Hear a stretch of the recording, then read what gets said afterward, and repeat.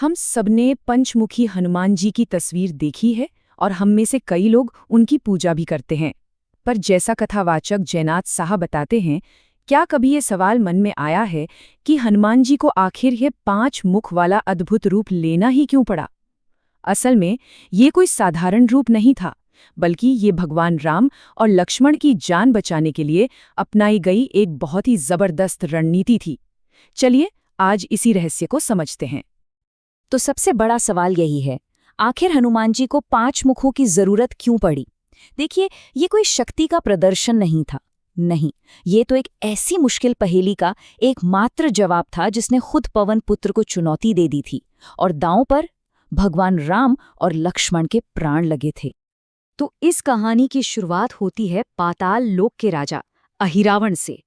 वो रावण का भाई था और कोई ऐसा वैसा राक्षस नहीं, बल्कि एक बहुत बड़ा मायावी तंत्र था जिसकी शक्तियों का सच कहें तो कोई तोड़ ही नहीं था। अब हुआ ये कि युद्ध के दौरान उसने एक चाल चली।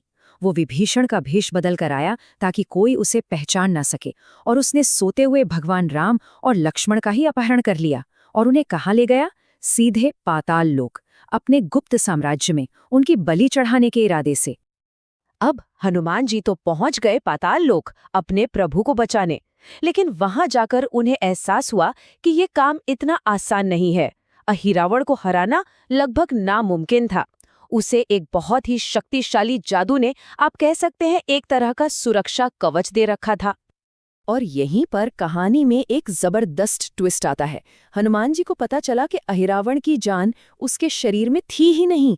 जी हाँ, उसकी जीवन शक्ति कहीं और छिपी हुई थी।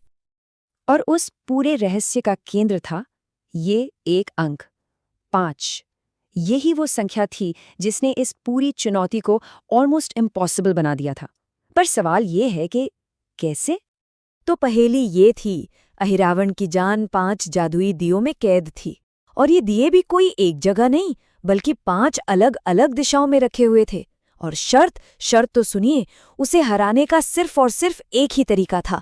इन 5 दियों को एक ही पल में एक साथ बुझाना होगा।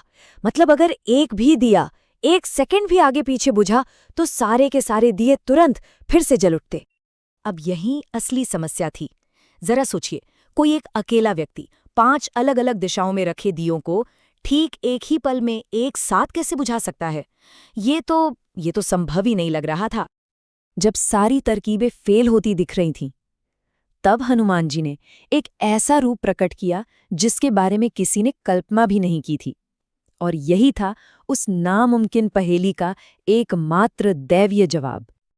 अपने प्रभु राम और लक्ष्मण को बचाने के लिए हनुमान जी ने अपना पंचमुखी रूप धारण किया।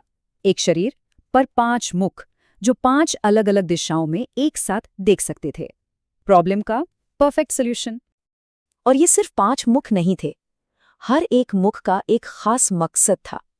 पूर्व दिशा में वानर मुख था, दुश्मनों पर जीत के लिए। दक्षिण में नरसिंह मुख, हर तरह के डर को खत्म करने के लिए। पश्चिम में गरुड़ मुख, जहर और मायावी शक्तियों को काटने के लिए। उत्तर में था वराह मुख, जो शक्ति और समृद्धि देता है। और 5वां मुख आकाश की ओर, जिसे हयग्रीव मुख कहते हैं, ज्ञान और विजय का वरदान देने के लिए। तो अब समय आ गया था उस मायावी तांत्रिक को उसी की पहेली में हराने का। बस एक सांस और 5 दिशाओं में एक साथ विजय। तो देखिए ये हुआ कैसे। पहला कदम, 5 मुखों ने अपनी अपनी दिशाओं की ओर देखा। दूसरा कदम, उन सब ने एक होकर एक गहरी सांस अंदर खींची। तीसरा कदम, और फिर 5 मुखों से एक साथ एक प्रचंड हवा का झोंका निकला। और चौथा कदम, एक ही पल में वो 5 जादुई दिए बुझ गए। और जैसे ही वो दिए बुझे, अहिरावण की सारी शक्ति खत्म हो गई और उसका अंत हो गया। इस तरह हनुमान जी ने अपनी बुद्धि और शक्ति के अद्भुत तालमेल से राम और लक्ष्मण को सुरक्षित बचा लिया। तो ये थी पंचमुखी रूप के पीछे की असली स्ट्रैटेजिक वजह। ये सिर्फ शक्ति का प्रदर्शन नहीं था, बल्कि एक बहुत ही जटिल समस्या का एक शानदार, सटीक और बुद्धिमान समाधान था।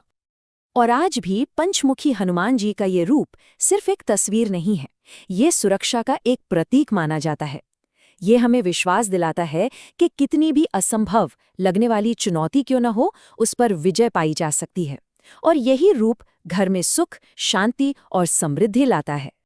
तो अंत में ये कहानी हमें एक बहुत गहरी बात सिखाती है कि सच्ची शक्ति केवल बल में नहीं, बल्कि उस विवेक में है, उस बुद्धि में है, जो असंभव को भी संभव बना दे। और यही इस अद्भुत रूप का सबसे बड़ा संदेश है।